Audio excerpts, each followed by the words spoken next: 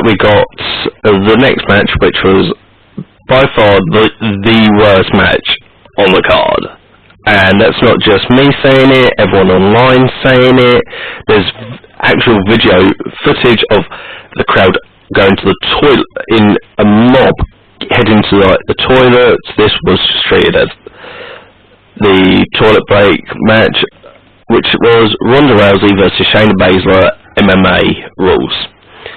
Now, going into it, obviously, really thinking not much of it, but then they had that really strong promo on Raw, which, damn it, got me a bit more invested.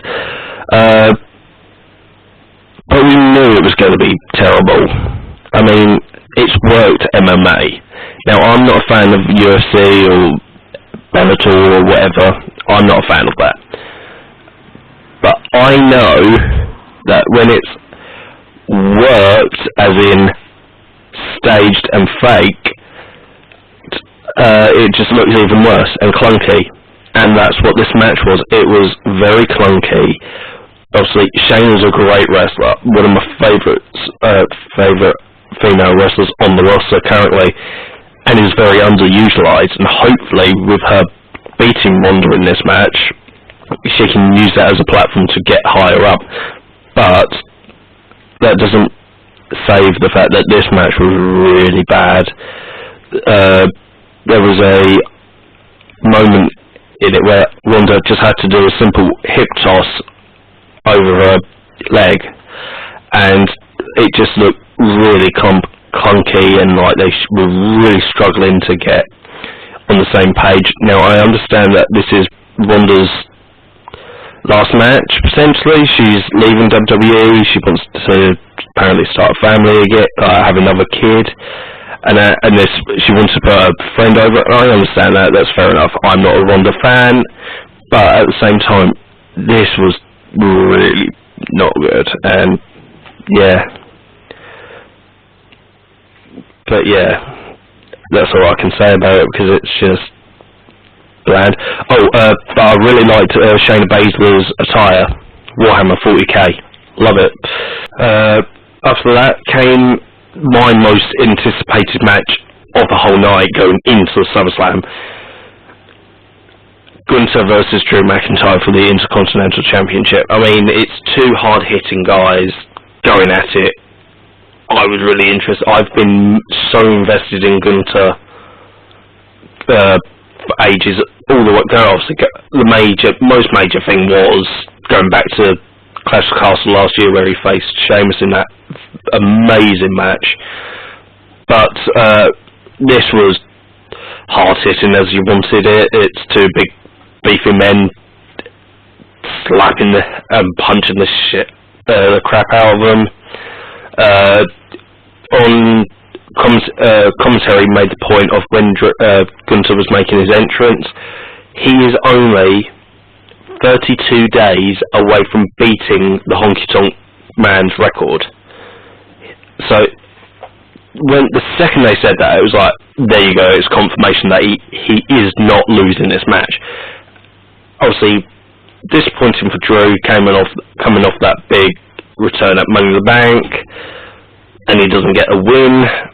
But at the same time, you look at what it is. It's Gunter's time. He is being hopefully lined up as the next big threat after Roman's been and gone. Hopefully. And this match just showed why. I mean, it brought back the crowd. The crowd came really alive for this match once it got going. It's everything you want. It's not as great as obviously Sheamus, Gunter at Clash of the Castle, and all the triple threat with Sheamus they had at WrestleMania, but it is better than the Riddle match and Ali match. But it's what you want from a Drew Gunter match. It is hard hitting and that, and I mean, some of the best moments are them just chopping each other in the chest until they were red. Obviously, Drew, anytime he tried to get some offense, Gunter immediately cut it down. Quite often, anytime he tried going for the Claymore, Gunter reversed it into like a drop kick or anything. But there were some really, really close near falls where Drew almost won it, and it did get a pop out of the crowd thinking Drew was winning. But it's what it is. The end of the match was interesting. You had Drew put Gunter up on the top rope, I guess lining him up for a belly to belly or something. I'm not sure what Drew was going for, but he put him up on the top rope, and then Gunter blocked him from hit and move, and then I don't know if it was intentional or it was just played up as Drew lost his footing, but Drew landed on the top rope, and it, from the camera angle, it looked like Gunter pushed him off. Obviously, you can go either way, it's not a big deal. Obviously, Drew falls off the top rope, lands, big splash from Gunter, powerbomb, 1, 2, 3. Gunter is still your IC champion and looking incredible because of it, defeating a former WWE champion and a big guy like Drew. A great match, and if they're really pushing for the fact that Chad Gable was going to be the one to dethrone Gunter, it's going to be a huge deal for Chad, and fingers crossed they keep pushing Gunter after he loses the belt. I love it.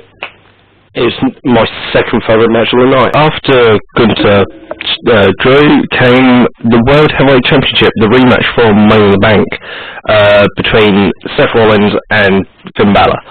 Obviously, these two can easily pull out a great match like that. It's Seth. He's probably the best worker in the company, and Finn's very close behind. I actually think this was better than a Money in the Bank match. Obviously, there's a lot more historical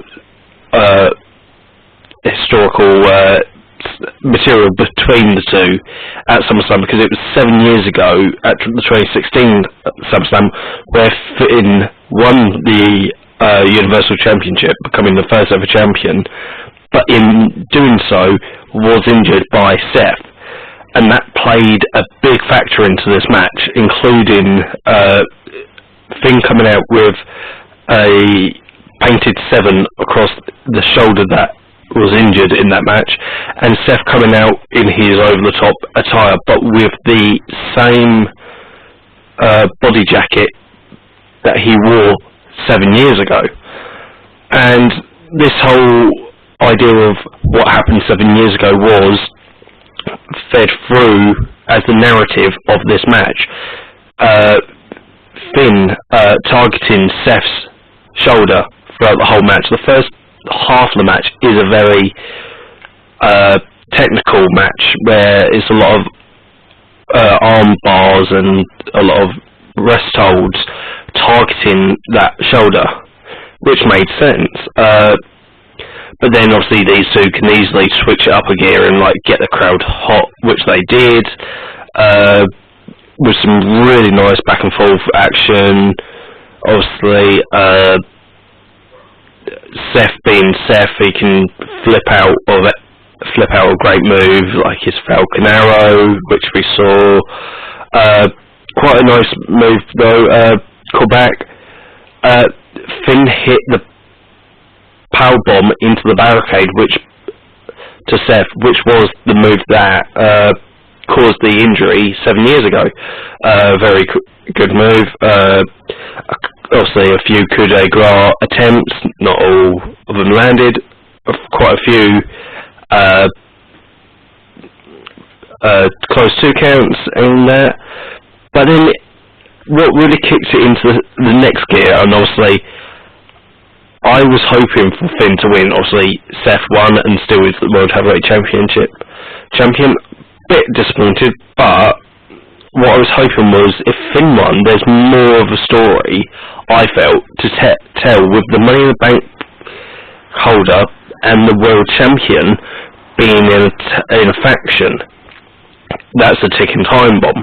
Obviously, I know we're doing the ticking time bomb of the Judgment Day imploding between Damian Priest and Finn Balor, but I felt that was more, with the title being in the faction, I thought that would be a much more interesting story to tell. Case in point, they didn't do that, but the ending of this match was interesting. So, near the end, Priest came down, teasing, obviously, will he cash in, will he not? But what he did was, behind the ref's back,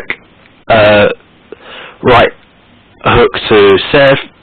Finn hit the pedigree for a very close two count, which would have been very interesting if Finn got the win off of that, because of it being Priest being the one who helped him win it.